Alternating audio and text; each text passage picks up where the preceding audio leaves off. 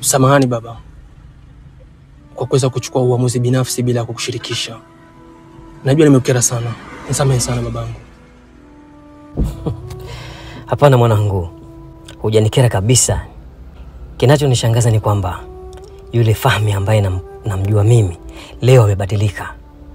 Uamuzi ambao umechukua, yani ni uamuzi ambao binadamu yoyote ambaye ana imani ya dini katika hali ile anatakiwa kufanya. Hongera sana mwanangu. Umekuwa sasa mwanangu.